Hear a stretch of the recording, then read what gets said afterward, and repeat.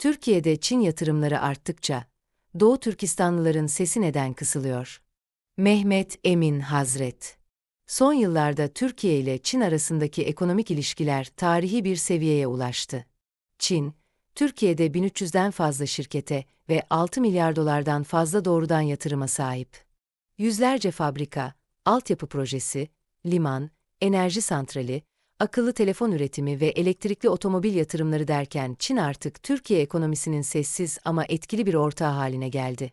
Ancak bu yatırımların artışıyla birlikte göze çarpan bir başka sessizlik daha var. Doğu Türkistan meselesine dair sessizlik. Ekonomi ne kadar derin?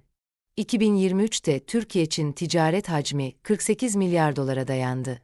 Ama bu ticaretin %90'ını Çin'in ihracatı oluşturuyor. Türkiye, Çin için sadece bir pazar değil, aynı zamanda Avrupa, Afrika ve Orta Doğu'ya açılan bir lojistik kapı. BYD gibi Çinli devler, 1 milyar dolar sermayeyle elektrikli otomobil fabrikalarını Manisa'da, diğer Çin otomotiv devi Chery 1 milyar dolarlık sermayeyle Samsun'da fabrika kurarken, Alibaba gibi teknoloji devleri Trendyol'a ortak oldu.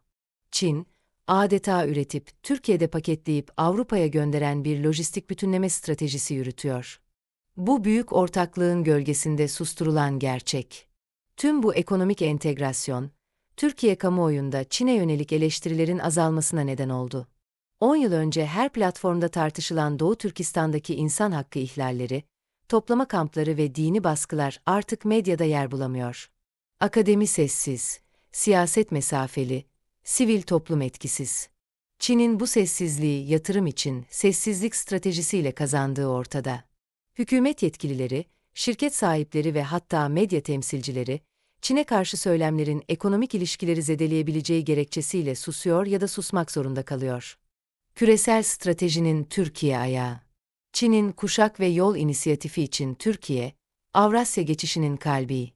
Demiryolu hatlarından limanlara, mobil teknolojiden enerjiye kadar her yatırım sadece ekonomik değil, aynı zamanda jeopolitik bir satranç hamlesi.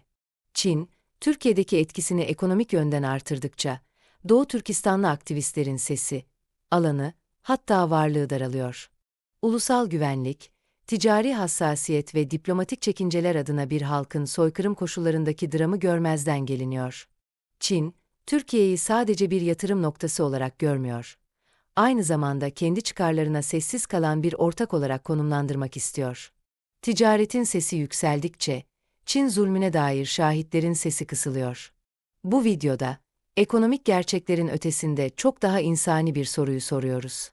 Bir halkın sesi ne zaman yatırım kadar önemli olur?